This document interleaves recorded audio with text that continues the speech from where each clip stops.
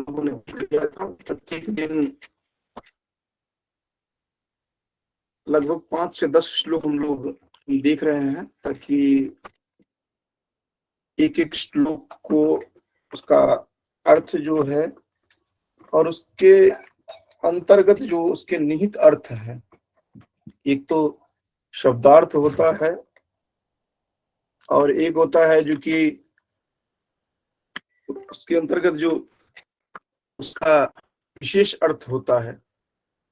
इनको देखना मुख्य हम लोगों का उद्देश्य है, क्योंकि गीता का अर्थ तो नाना रूप के ग्रंथ हैं, वहां पर सहजतया प्राप्त हो जाता है। कोई ऐसी बात नहीं है जो कि गीता के लिए कोई दिक्कत हो। लेकिन सब जो दिक्कत होती है वो ये होता है कि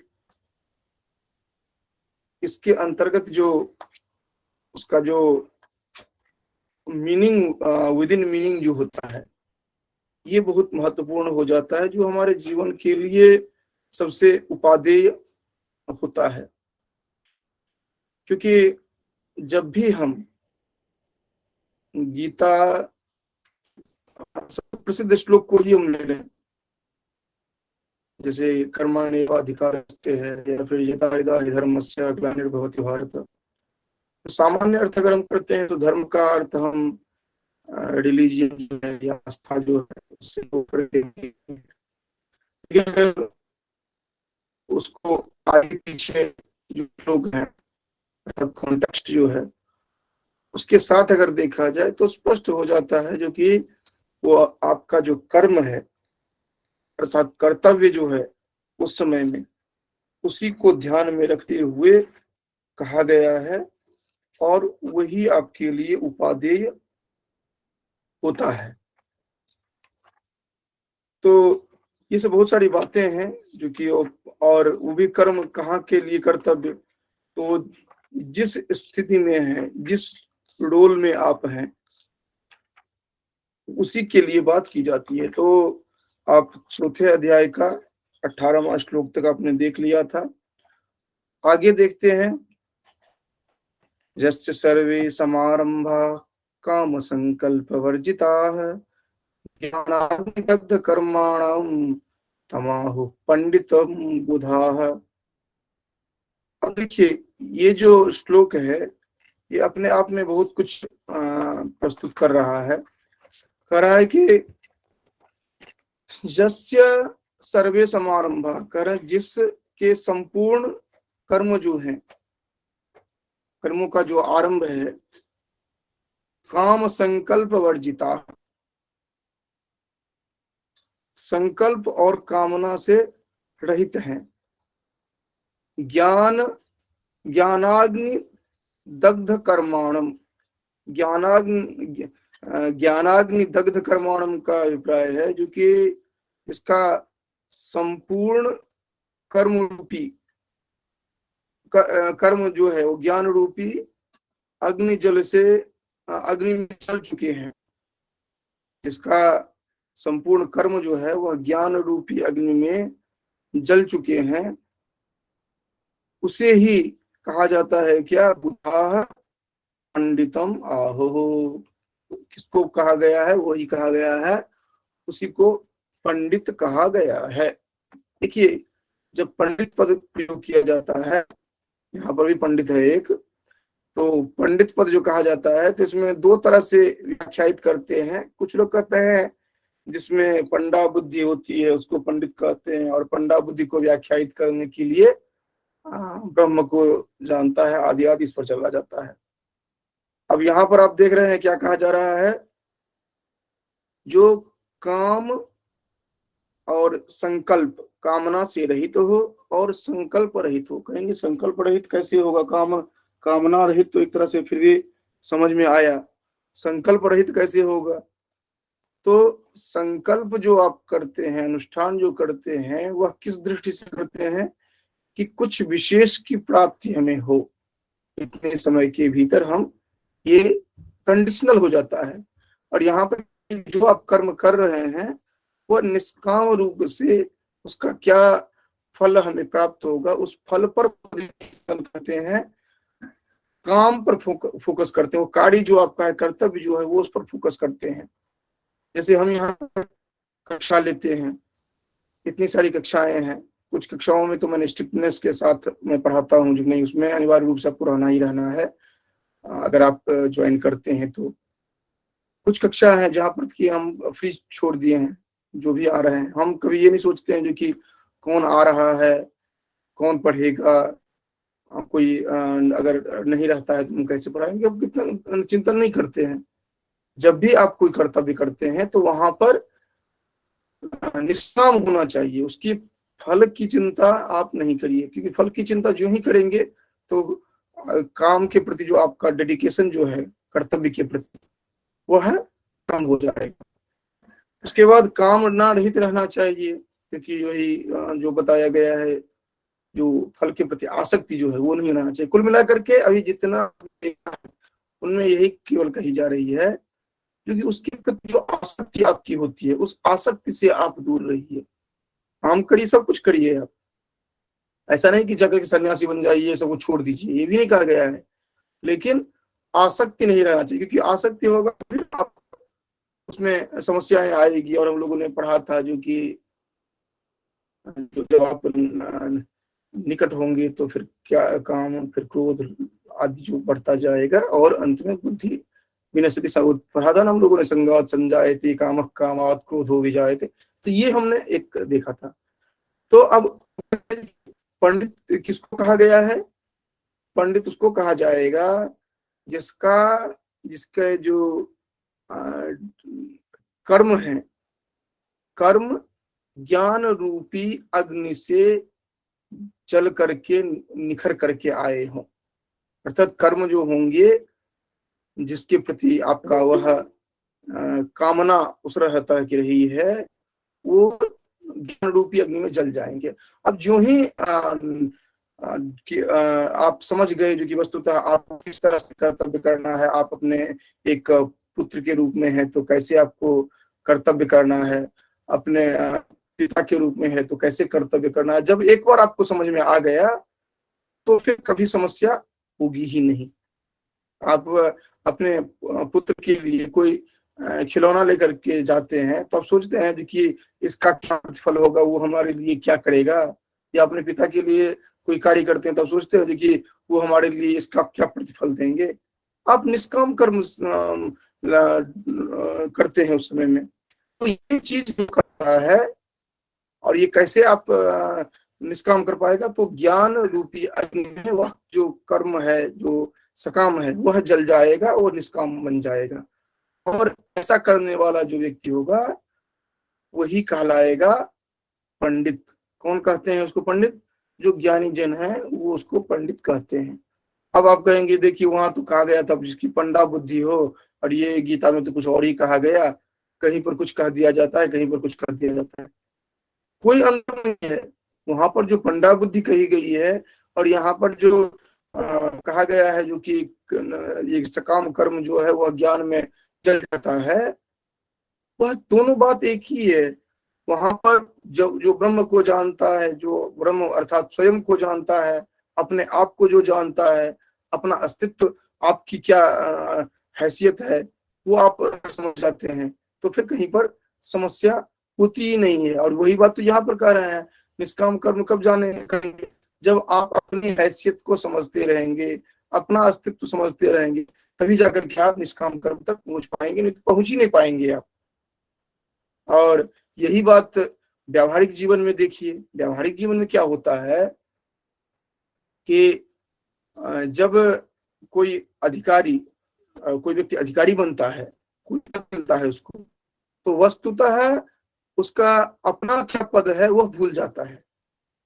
अगर एक सरकारी नौकर अपना अस्तित्व समझता रहे, जो हाँ हमारा, हम कौन है, इतना अगर समझता रहे तो वो बहुत बेहतर तरीके से काम करता है। लेकिन होता क्या है कि जो ही आपको पद मिल गया, फिर आप अपने आप को उस पद के अनुरूप समझने लगते हैं, अरे हम तो अब ये बन गए हैं।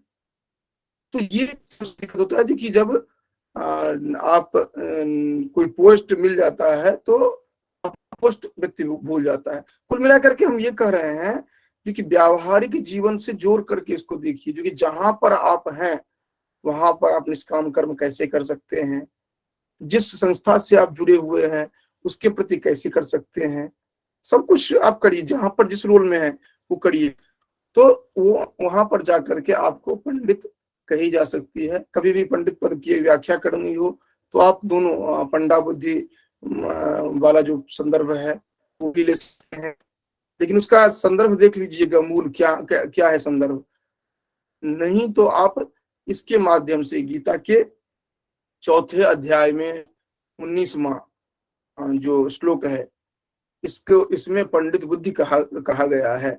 और इसको याद रखने के लिए एक और हम ट्रिक बता रहे हैं, जो जिसमें पंडित बुद्धि नहीं होती है वो 420 ही करता है, ठीक है ना। तो 420 नहीं है, ये 419 है। 419 तक रहिए, बहुत बेहतर तरीके से जिंदगी जिएंगे। जो ही 420 में जाएंगे तो फिर दिक्कत होगी। तो ये आप 419 जो है ये आप याद रखिएगा, यहाँ पर पंडित बुद्धि कही गई है, ठीक है। हमेशा के लिए याद रहेगा, 419 में चौथे अध्याय 19वें श्लोक में कहा गया है पंडित से संदर्भित। और इस तरह का, एक मिनट,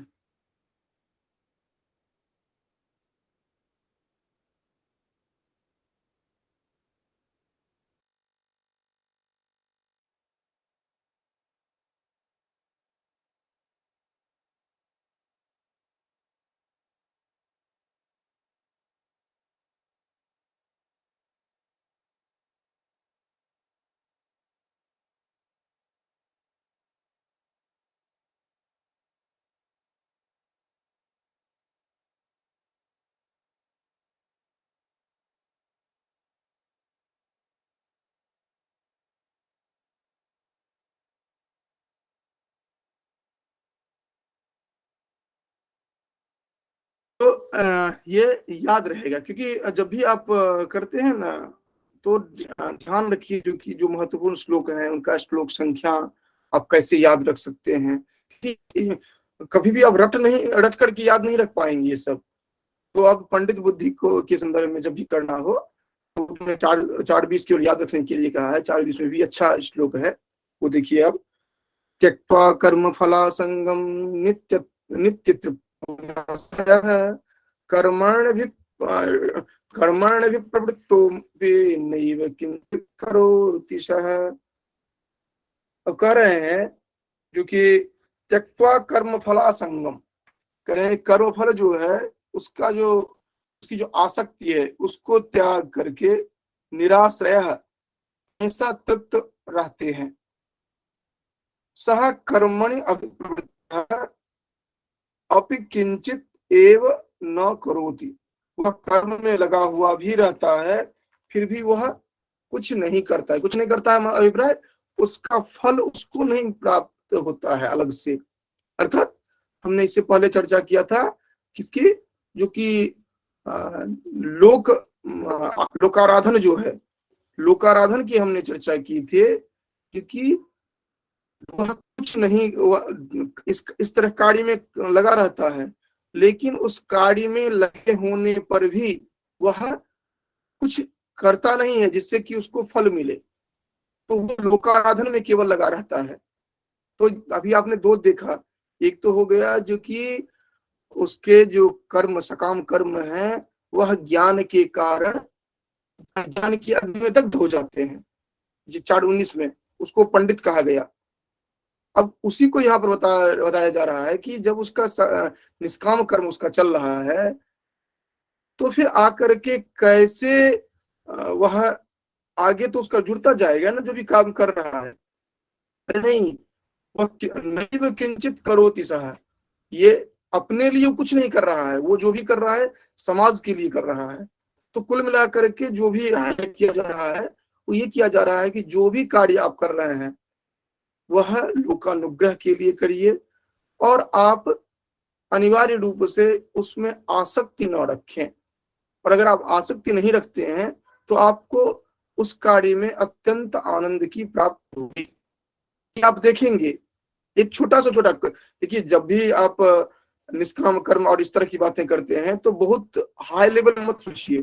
आप जिसके लिए नियुक्त हैं, जिसके लिए डिपुट हैं, वो कार्य आप करिए और उसके फल को अपने से दूर रखने का प्रयास करिए। नहीं, हम फल के प्रति आसक्त मत रहिए। ठीक है, मिल गया तो बहुत अच्छी बात है, नहीं मिला तो कोई बात नहीं, हम आगे फिर देखेंगे।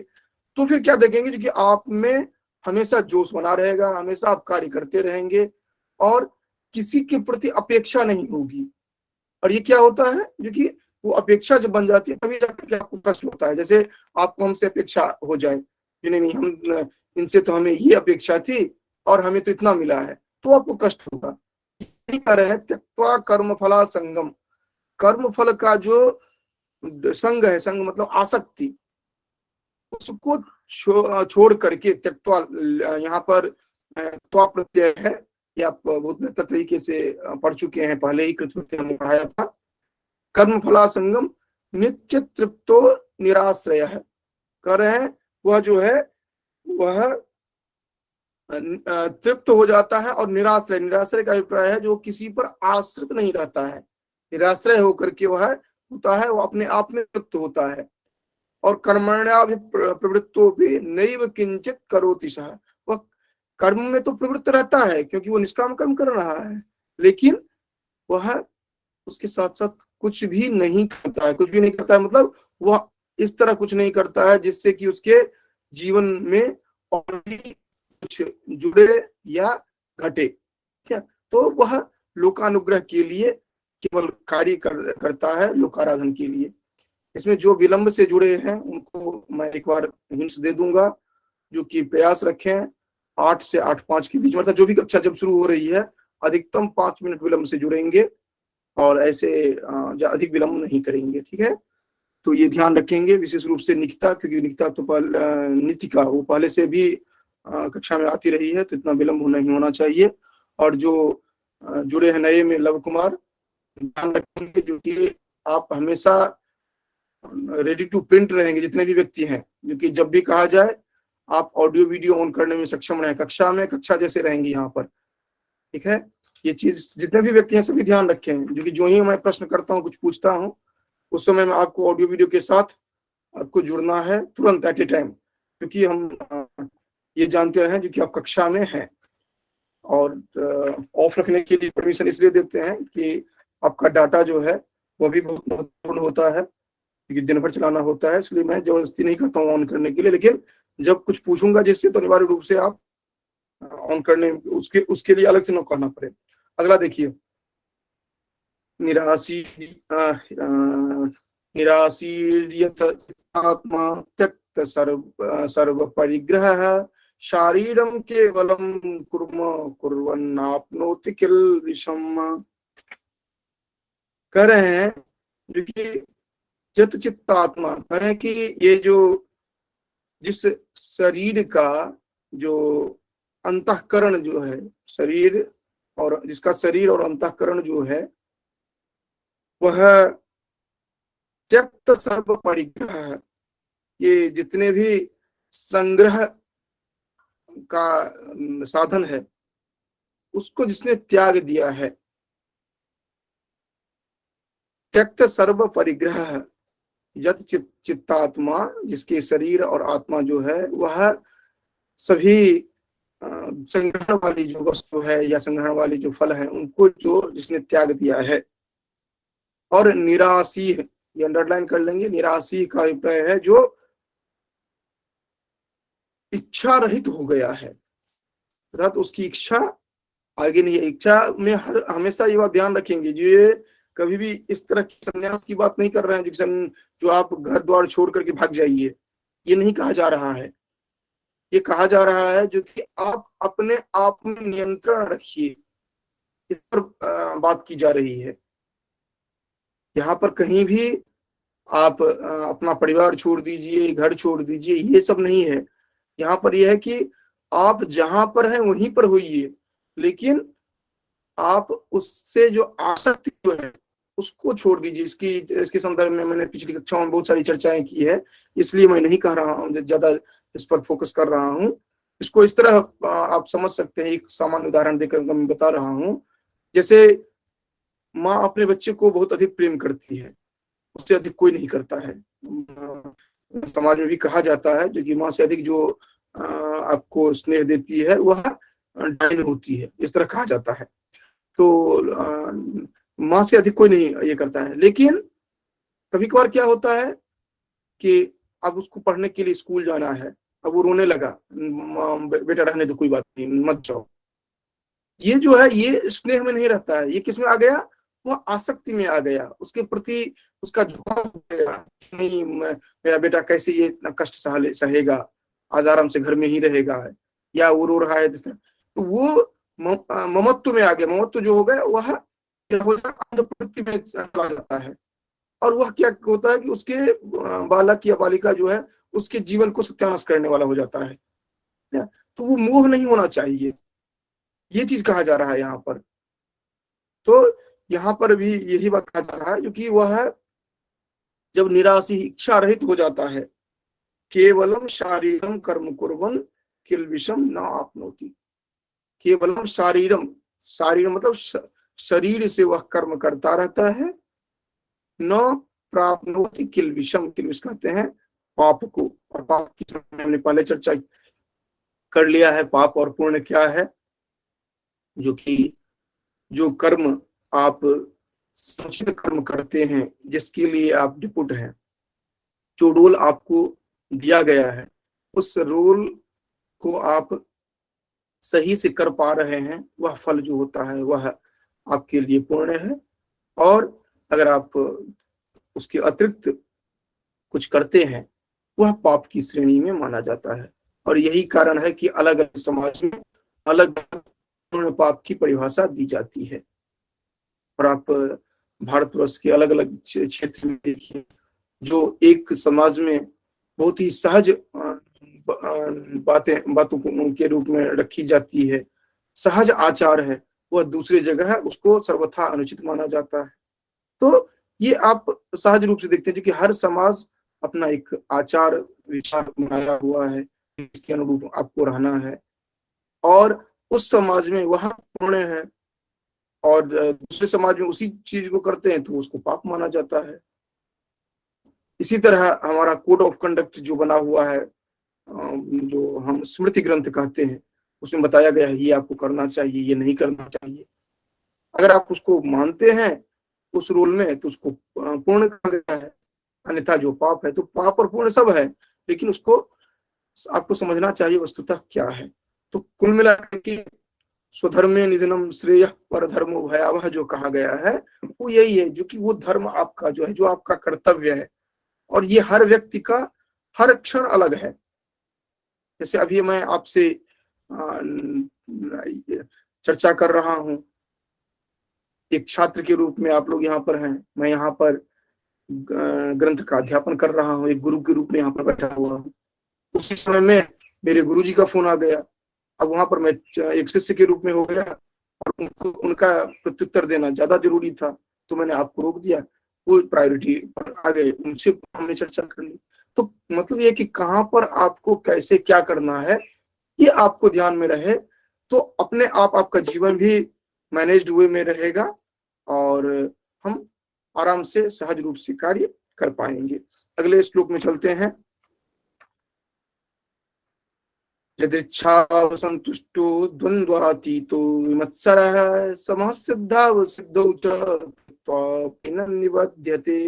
अब देखिए कितना बेहतर ये श्लोक है आपके लिए, कितना आपको आपके व्यावहारिक जीवन के लिए कितना उपादेय है। देखिए, करें यदृच्छा लाभ संतुष्ट, अपने आप जो कुछ मिल जाए उसमें संतुष्ट रह जाता है। जो विमत्सर है अर्थात ईर्ष्या से रहित है। उसके बाद जो द्वंद्वातीत है अर्थात द्वंद्वों से रहित होता है। सिद्ध और असिद्ध में जो समान रहता है। कृत्वा अपि न निबध्यते, वह कार्य करते हुए भी वह उससे बंधता नहीं है। अब देखिए कितना बेहतर बताया गया है इसमें, क्योंकि सहज रूप से जो आपको प्राप्त हो जाए, आप काम करते रहिए, आपको फल मिलता जाएगा। तो उससे क्या होगा कि आप उसी से संतुष्ट रहेंगे, आप अपने आप प्रसन्न रहेंगे। उसका द्वंद्वातीत जो है, ये तो खैर बहुत ही महत्वपूर्ण है। हर व्यक्ति हम रहे, आप रहे, कोई भी व्यक्ति रहे, जब तक आप द्वंद्व से परे नहीं होंगे, आपको चैन नहीं मिलता है। और जीवन में हमने कहा ना, क्योंकि जो फ्रस्ट्रेशन जो होता है, जो तनाव कहते हैं आप, फ्रस्ट्रेशन अंग्रेजी में आप टर्म यूज करते हैं, ये कब होता है मैंने आपको बताया था। और गीता अध्ययन का जो एक हमने लक्ष्य इस तरह, इस दृष्टि से भी रखा था, जो कि हमारे अपना अपना जीवन जो हमारा होता है, उसको हम कैसे मैनेज कर सकें अपने व्यावहारिक जीवन में, डे टू डे लाइफ में। केवल एक बहुत बड़े लक्ष्य लेकर के हम गीता नहीं पढ़ रहे हैं, अपने जीवन को कैसे हम बेहतर तरीके से चल सकें, और उसमें जी करके आप तब जाकर के गीता को समझिए, समझाइए। और कहीं पर आप अध्यापक हैं तो वहां पर कोर्स डिजाइन करिए उस तरह से, मैनेजमेंट इन गीता, या फिर इकोलॉजी इन गीता, या अन्य जो होता है। तो फिर आप हर दृष्टि से गीता पर आप कमांड रख पाएंगे।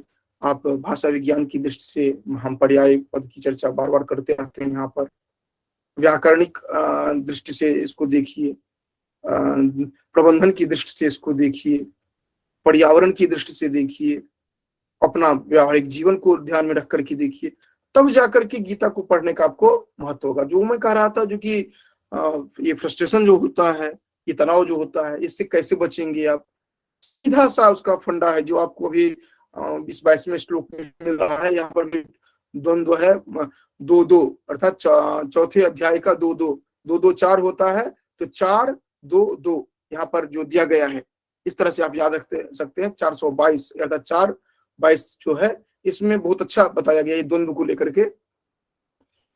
जब आप किसी भी बिंदु पर, वह आप किसी कार्य को लेकर के हो, या अपने जीवन को लेकर के हो, आप अपने मन में अकेले ही बैठे हुए, घर में बैठे हुए हैं, आपके मन में दो विचार चल रहे हैं, ये किया जाए या ये नहीं किया जाए, इसको बुलाया जाए कि इसको बुलाया जाए। जहां भी दो विचार आपके मन में आए, तो वो आपको परेशान करना शुरू कर देते हैं। लेकिन जो व्यक्ति सक्षम है, वह सहजतया इसको अपना अपने आप में कंट्रोल कर लेता है। हाँ, इसमें ये चीज सही है, इनमें से ये विकल्प हम लेंगे, क्योंकि मन जो है हमेशा संकल्प विकल्पात्मक आपको देता रहेगा। तो आप, ये हर व्यक्ति के लिए है, जो मानव मात्र क्या, प्राणी मात्र जो है, उसके लिए मन है, मन संकल्प विकल्प देता रहेगा, ये किया जाए ये ना किया जाए। आप में होता है जो कि कैसे उस द्वंद्व से निकले। लेकिन जब आप में ये द्वंद्व जो है केवल दो ही ना होकर के दो से अधिक हो जाता है, तब आप फ्रस्ट्रेट होते हैं, क्योंकि उसके बाद आपसे संभलता नहीं है, क्योंकि इतने विकल्पों में से कौन सा विकल्प लिया जाए। मान लीजिए आप कहीं पर अप्लाई किए हैं, 75 जगह से आपको इंटरव्यू लेटर आ जाए, या 75 जगह से आपको आ जाए जो कि ज्वाइन करिए, या आप कहीं पर फॉर्म भरते हैं एमए के लिए, पीएचडी के लिए, आपको 10 जगह से हो जाए, तो उस समय में आप बहुत परेशान होते हैं, क्योंकि क्या करूं, कहाँ जाऊं, क्योंकि उस समय में आप डिसीजन लेने में सक्षम नहीं होते हैं। तो वो दौर जो होता है, उसमें आप फिर दूसरे के शरण हो जाते हैं, क्योंकि हमें आप सहयोग करिए आदि आदि। तो ये द्वंद्व जो होता है, उस द्वंद्व के समय में आपको अपने आप पर नियंत्रण करना बहुत ही महत्वपूर्ण होता है। तो इसलिए कहा गया द्वंद्वातीतो, जब तक द्वंद्व नहीं आपका दूर होगा, तब तक आप चैन से नहीं रह सकते हैं। कुछ चल रहा है, मतलब मन में चल रहा है, तो वो आपका केयर कर रहा है, जो कि आप परेशान हैं, आप वो द्वंद्व से निकलिए, कहने का अभिप्राय ये होता है। और ये हमेशा चलता रहता है, कुछ न कुछ लेकर के आप देखेंगे, आपको भी ये होता रहेगा। यहाँ पर विमत्सर जो है, काम क्रोध मोह मद मत्सर जो है, इसमें हमने क्रोध की जब चर्चा की थी, जो संगात संजायते काम कामात क्रोधो विजायते, ये वाला जो हमने श्लोक की व्याख्या की थी, वहां पर हमने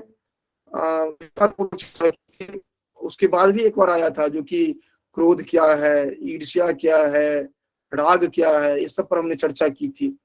तो वो आप ध्यान रखेंगे, यहाँ पर मत्सर है, ये भी क्रोध निष्पन्न ही है। ये ईर्ष्या जो है, इससे भी आप इसको भी आप दूर कर लेते हैं। और समसिद्धावसिद्धौ च कृत्वा बिना निबध्यते, अगर आप सिद्ध और असिद्ध, सिद्धि हो या असिद्धि हो, जिस कार्य के लिए कर रहे हैं वह कार्य सिद्ध भी हो सकता है, वह कार्य नहीं भी सिद्ध हो सकता है। दोनों में भी अगर आप अपने आप को स्थिर रख सकें, तब जा करके आप जो भी कार्य करेंगे उसका फल आपको बांधेगा नहीं। अब आप कहेंगे जी कि ये फल हमें कैसे बांध लेगा? हम अगर सिद्ध और असिद्ध में अपने आप को मान लीजिए सिद्ध के प्रति रहें, असिद्ध के प्रति रहें, तो कर्म हमें कैसे बांध लेगा? वो कर्म बांधता है, ये केवल आध्यात्मिक प्रसंग नहीं है। मान लीजिए आपने एक कार्य किया कोई, जैसे एक छोटा सा उदाहरण ले लीजिए, क्योंकि आप सब्जी बनाना शुरू किए, तो उसमें यही होगा जो कि सब्जी बना रहे हैं तो बहुत अच्छा बनेगा या खराब बनेगा। हो सकता है जो कि खाने लायक ना हो। तो कल्पना करिए जो आप बना रहे हैं और सब्जी जल गई, क्योंकि आप ट्रेंड नहीं है। अगर आप ये मानकर चलते हैं चलिए मैं तो पहली बार बना रहा हूँ, जो भी होता है बन गया तो बहुत अच्छा, नहीं बना तो भी कोई बात नहीं, इस तरह आप करते हैं। और अगर जल भी जाए तो कहें हाँ वो तो मैं इसमें एक्सपर्ट नहीं था, जल गया, जल गया, क्या करेंगे हम? दोबारा देखेंगे जो धीमे गैस पर बनाना है मुझे।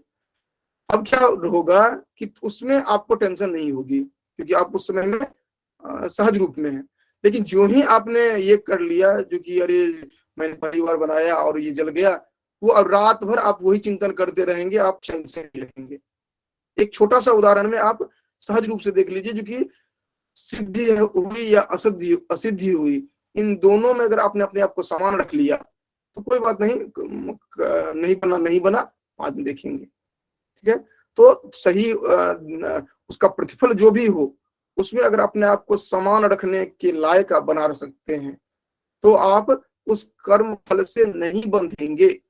और अगर आप उस कर्म फल से बंध गए आप, तो फिर क्या होगा कि आगे आप हमेशा जब भी वो काम करना शुरू करेंगे तो करते रहेंगे, अरे वो उस बार जल गया था, क्या करूं, कैसे चला करूं। और आप 75 लोगों से सलाह लेंगे, वो 75 तरह का देगा और आप परेशान रहेंगे। तो कर्म में बंधना जो है ये हमारा, ये डे टू डे लाइफ में हमारा होता है। आपने पढ़ा, आपको नहीं याद रहा, आप उसको ध्यान में, अरे मैं तो उतना पढ़ा हुआ था, उतना भूल गया, अरे ठीक है भूल गया कोई बात नहीं, फिर से पढ़ लेते हैं। तो अपने आप को आप जितना रिलैक्स करवा सकते हैं ये आपको करना। ये एक एक श्लोक जो है ना, ये अमृत है। इसको जब तक आप अपने में आत्मसात नहीं करेंगे, वो आप नैष्ठिक चरितम पढ़े होंगे, हम लोगों ने पूरा ग्रंथ पढ़ लिया है, पता नहीं कितना आपने आत्मसात किया। वहां जो कहा गया अधीति बोधा चरण प्रचार नहीं, तो अध्ययन करिए, अध्ययन करके उसको अंगीकार करिए, उसका ज्ञान का बोध आपको होना चाहिए, अधीति बोध। उसके बाद आचरण में आना चाहिए, उसको आप जिए, आपके जीवन में वो घटित होना चाहिए। तब जाकर के आप किसी को समझा सकते हैं, किसी को बता सकते हैं। नहीं तो बस केवल एक बार पढ़ लिया और चले पढ़ाना शुरू कर दिए, उपदेश देना शुरू कर दिए, तो वो फिर काम का नहीं रह पाएगा। तो जब आप इस तरह रहेंगे ना तो देखेंगे इससे कोई लाभ नहीं मिलेगा, आपको कोई अचीवमेंट मिलेगा ऐसा कुछ नहीं है। आपको अपने जीवन में इतनी संतुष्टि मिलेगी जो कि आप अनलिमिटेड काम करेंगे, ठीक है ना, आप किसी अचीवमेंट के लिए लायक नहीं रहेंगे।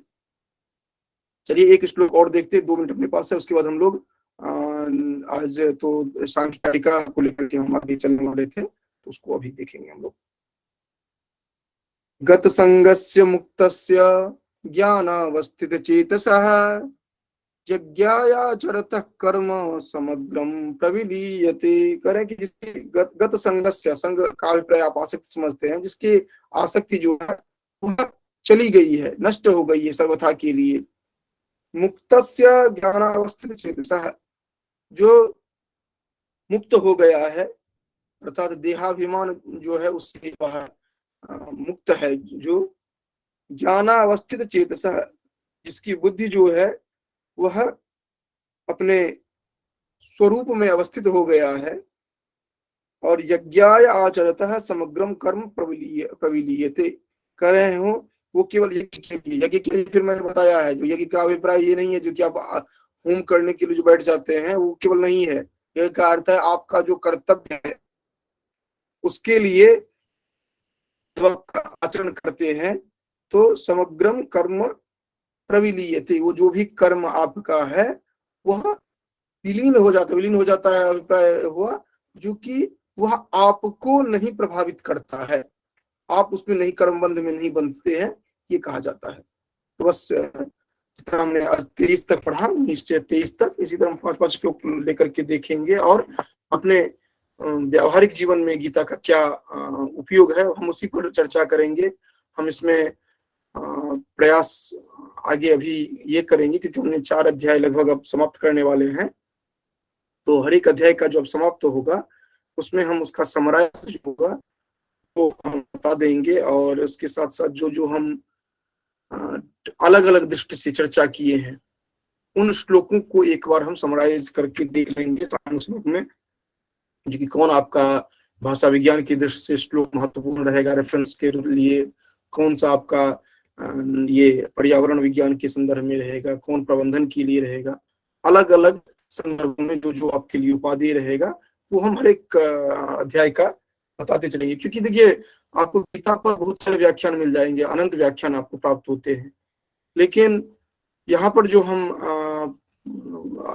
अध्यापन के लिए आए तो मूल उद्देश्य ये हमारा रहा है जो कि गीता को ठीक से आप समझ सके, पहली बात।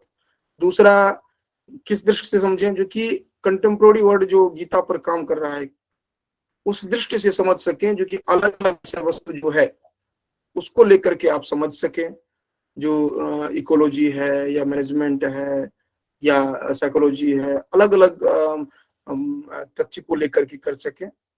और उसके साथ साथ जो आध्यात्मिक है वो तो हम लोग देखते ही हैं, वो तो हम समझ ही रहे हैं, और जितने भी कॉम्पिटिटिव एग्जाम्स में आपके लिए ऑब्जेक्टिव क्वेश्चंस बनते हैं उनको देख सके। इसलिए हमने आधा घंटा ही रखा है प्रत्येक दिन, ताकि वाव न हो कि ज्यादा हो जाएगा तो उतना कवर करना भी कठिन हो जाता है, तो आधा घंटा ही रखा है, 45 मिनट हो जा रहा है। तो ये आप ध्यान में रखेंगे और जो भी है वह निरंतर रहेंगे, तभी जाकर उनके लिए उपादेय रहेगा। तो अब इसके बाद हम नेक्स्ट जो कक्षा है दूसरे लिंक से हम सांख्य के संदर्भ में हम जुड़ेंगे, तो उसमें आप जुड़ सकते हैं, जिनको जुड़ना हो। ध्यान रखेंगे। धन्यवाद सभी को।